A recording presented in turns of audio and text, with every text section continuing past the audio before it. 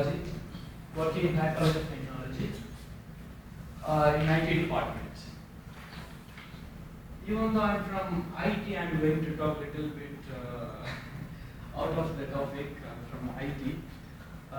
Most of the time, you may get the answer for the previous question which you asked for the previous presenter. Actually, this particular topic research we started in the year 2002, thinking that technology is everything and it is going to make a big revolution and it's going to change everything, and I'm going to lead an easy life because of the technology. We started with learning, and we started with computerizing everything in education in a software company for a training division. So when we started doing that particular one, what happened is the employees are more with electronic things than having interaction with the people. With the help of that mobile technology, what we introduce is they can get the data anywhere, anytime, and they can get the answer just in time using chat server, etc., etc. What happened? These people stopped communicating with their family as well as their colleagues, everything, in a very short span of time. No need to take years, even months' time. They felt isolated, and it started affecting everything in their working area as well as in family area, everything. So we came to the conclusion that technology can support a person for learning, but it's not everything. So this is what we concluded and came to that one. Okay. Anyway, let me start with what is the definition of education, which I learned. Education is any act or an experiment or experience which we gain, which will affect our mental attitude or experience or our perception about something. So whatever we are doing which is affecting us, that's a learning activity. So mainly we are talking learning is that education, but learning is not, itself is not education. Whatever we learn, that we have to disseminate to our society, either from to our colleagues or to generation we have to transfer. So here again two things are there, one is teaching and another one is learning. So these two components comes together in education. We have to concentrate on both of them. Okay, when we talk about education, history of education is history of human. So when I am talking about my research, I have to talk about what I learned. That's what I am going to explain to you. So here again we divide into two things. One is the methodologies and another one is what technology we are using. So technology wise, from the beginning in the olden days, ancient days also, Greeks were using this abacus, etc., etc. So many tools they were using. Now we are using internet, all these gadgets, etc. we are using. And methodology is also there. When we are concentrating on methodology also, like using multimedia, or I am going to go for an interactive website, or I am going to write a software which is speech recognition, it will understand my question and is going to answer to you. If we go that side also, after implementing all these things, we found that there is a knowledge loss. After giving all these things to the students, we are having an excellent methodology, we have excellent devices, excellent resources, everything we are giving, still there is a knowledge loss. And for your information, the usage of internet, all these tools are still in infant level in developing countries. Even in developed countries also is not 100%. So after doing all these things, there is a knowledge loss, where that knowledge is leaking. Actually, I should not tell in this way. Actually, our human brain is also like computer. Actually, computer is like our human brain. Again, our human brain having two parts. One is the short-term memory and another one is long-term memory, like RAM and the hard disk. The short-term memory, whatever I am seeing on the way while walking on the road or seeing the corridor, I am watching few things. All these things go to my short-term memory. If you ask me, maybe after 2 days or a week time, I am not able to recall these things. But if I am involved with something and I am able to experience that, feel it, then that goes to my long-term memory. Here, what we are supposed to do is we have to take this educational content into the long-term memory. How we can take it to long-term memory? This is what we do. This long-term memory takes things only in what we are interested in. So one of the method is mnemonics. For example, I want to remember the 9 planets names. When I am about to introduce this mnemonics for my students, I ask, can you name all the 9 planets? frankly speaking, only 2 or 3 people named 4 or 5. The remaining names they are not able to give. So what I have introduced to them is, actually this is an old one, I am not going to talk something new here.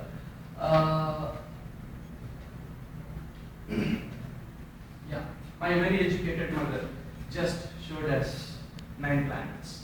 So once you are able to remember this particular word, easily you can name it. Because my stands for Mercury, very, Venus, educated, here, like that easily we can link. So the first word of this particular sentence of each word and the first letter of each and every planet matches. So easily I can recall something. It's like a shortcut. How can I remember something by? For example, if I want to go for shopping, I can see third row, third column or something like that I can remember, or I can note it down. 3 or 3C, something like that I can write, so that when I go to that particular place I can easily remember what I'm supposed to buy from there. Otherwise we need a big list and we have to cross check whether we bought it or not. So these are all the shortcuts we are using in our day-to-day life. The same thing we try to implement it in the education field also. 2 more things are like WebGR, and we can use mind mapping sort of things. Then where we can use this particular one? Most of the time students are finding it difficult and they are very much comfortable with the theory subjects than practical subjects because a lot of commands are there. I am teaching SQL syntax and concepts. When I want to teach SQL syntax and concept, after quiz 1 Excel student used to comment that you are teaching too many commands. Why? Why it's having these many commands? Why we have to remember all these syntax? So here I started involving the students also to find out a mnemonic for these commands. The result is like this. This is a table prepared by my students. What all the commands are there, in the commands what all the keywords are there, these keywords I asked my students to find out a shortcut term to remember that command.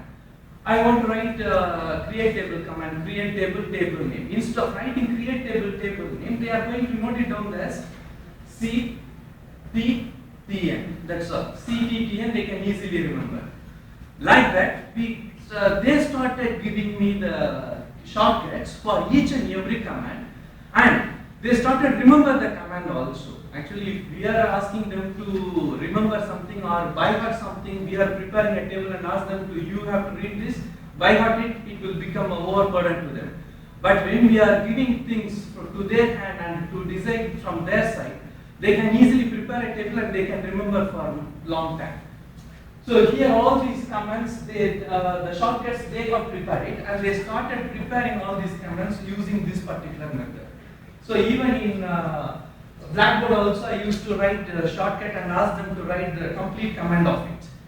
Once they started practicing it, the result is this.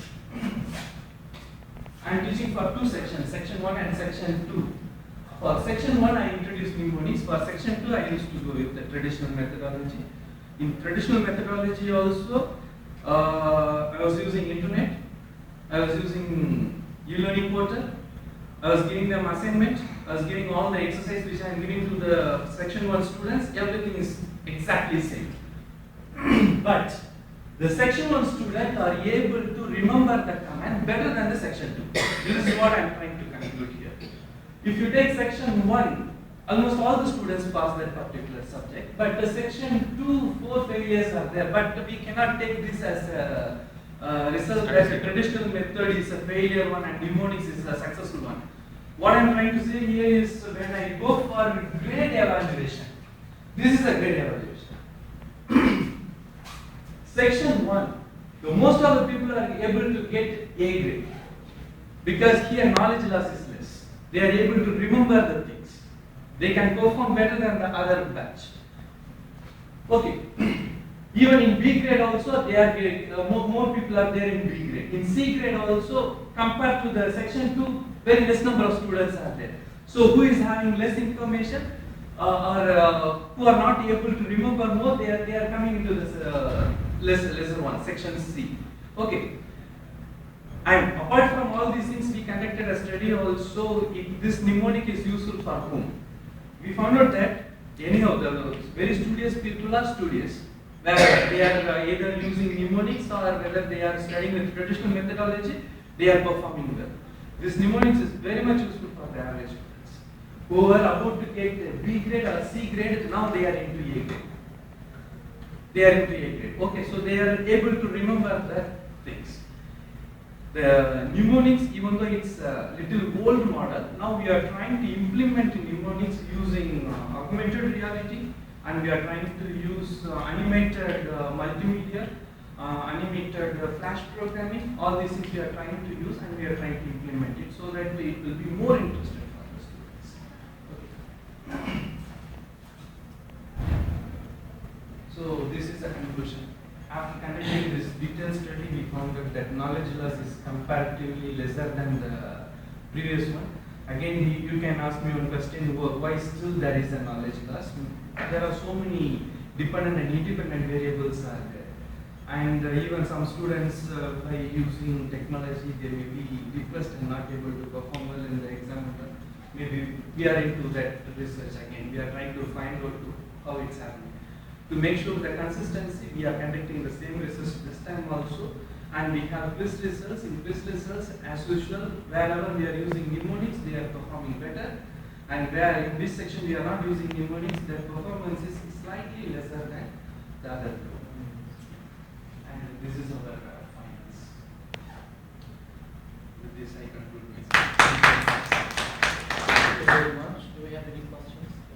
Yeah, only one question.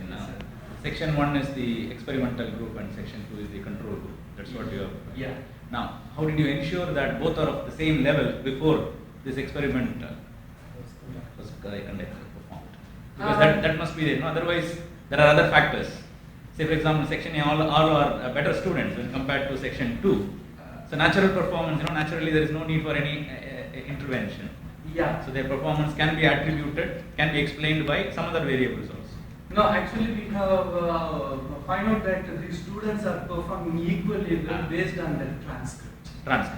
We made sure that they are performing equally well and they are in the same level. And in both the classes, we compared the previous semester's result and how many A's are there, how many B's are there, how many C's are there. It was almost same. Yeah, that's right. So that can be one more slide you can add. Yeah. This will be pre-testing, then will be Yeah. So that will ensure. Sure, that I will add. After making sure that only we conducted this research and they performed well. Any more questions? I have one question, Dr. Balaji, maybe all the analysts are here. Do we have to think that student has to remember all the syntaxes and all these things? Because nowadays, technology is there, and what is the use of the memorize the syntax and creative? Do we have to enforce our students nowadays? We have to read and memorize these things.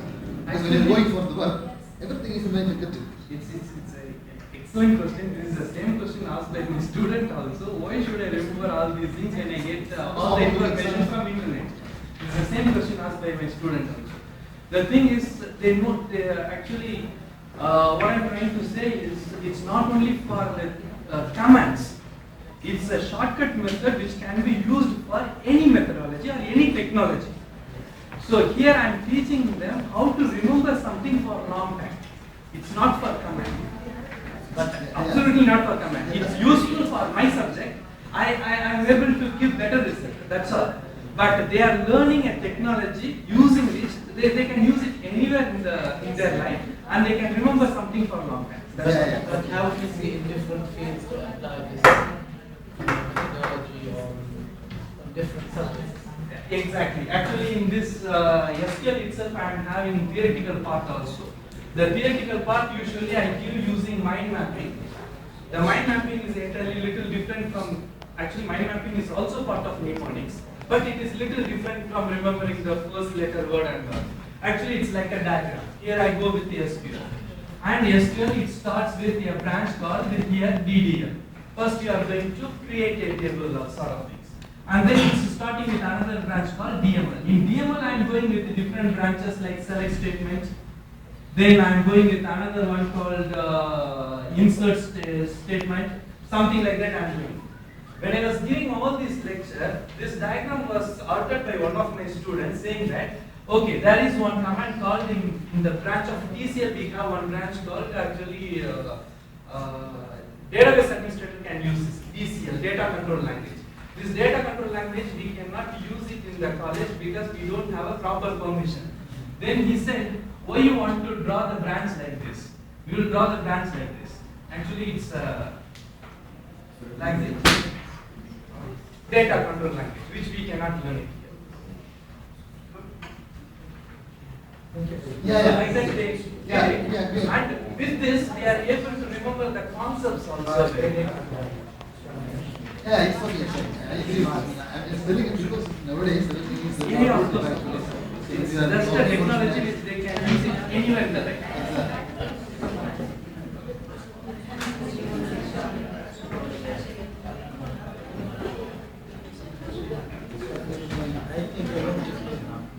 Any questions? Okay, thank you. Thank you. Yeah. Few minutes and we'll start. Stop தானே அதே தான்